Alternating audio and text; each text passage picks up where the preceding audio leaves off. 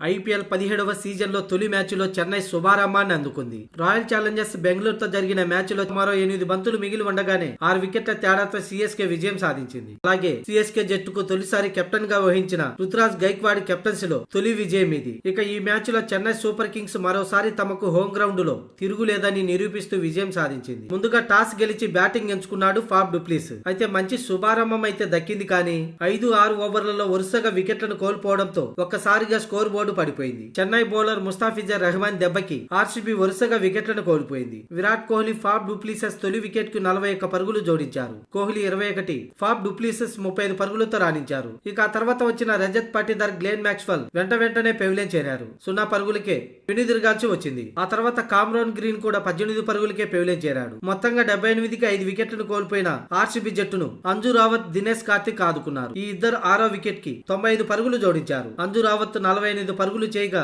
దినేష్ కార్తిక్ 38 పరుగుల నాట్అవుట్ తో నిలిచాడు. మొత్తంగా 6 వికెట్లు కోల్పోయి ఆర్సీబీ 173 పరుగులు చేసింది. చెన్నై బౌలర్లో ముస్తాఫిజర్ రెహమాన్ కు 4 వికెట్లు, దీపక్ చాహర్ కు 1 వికెట్ దక్కింది. ఇక 174 పరుగుల టార్గెట్ తో బరిలోకి దిగిన చెన్నై జట్టుకు మంచి శుభారంభం దక్కింది. ఓపెనర్లు రుతురాజ్ గైక్వాడ్, రచిన్ రవీంద్రలు తొలి వికెట్ కు 38 పరుగులు జోడించారు. అయితే రుతురాజ్ 15 పరుగులకి అవుట్ కాగా రచిన్ రవీంద్ర 15 బంతుల్లోని 3 4లు 3 సిక్సర్లతో 37 పరుగుల కీలక ఇన్నింగ్స్ ఆడాడు. ఆ తర్వాత వచ్చిన అజింక్య రహానే కూడా కేవలం 19 బంతుల్లోనే 2 సిక్సర్లతో 27 పరుగుల కీలకమైన ఇన్నింగ్స్ ఆడాడు. ఇక డారెల్ మిచెల్ కూడా 22 పరుగులు చేశాడు. ఇక ఈ 4 వికెట్లు కోల్పోయాక శివన్ దూబే, రవీంద్ర జడేజా కలిసి మరో వికెట్ పడకుండా మ్యాచ్ ని ఫినిష్ చేశారు. శివన్ దూబే 34 పరుగులు చేయగా జడేజా 25 పరుగుల నాట్అవుట్ తో నిలిచారు. మొత్తంగా 18.4 ఓవర్లలో 4 వికెట్లు మాత్రమే కోల్పోయి సీఎస్కే 176 పరుగులు చేసింది. దీంతో మరో 8 బంతులు మిగిలి ఉండగానే 6 వికెట్ల తేడాతో సీఎస్కే విజయం సాధించింది. మొత్తానికి ఆర్సీబీ బౌలింగ్ వైఫల్యం కారణంగానే మ్యాచ్ ఓటమికి ప్రధాన కారణమైతే అచ్చురాని చిదంబరం స్టేడియంలో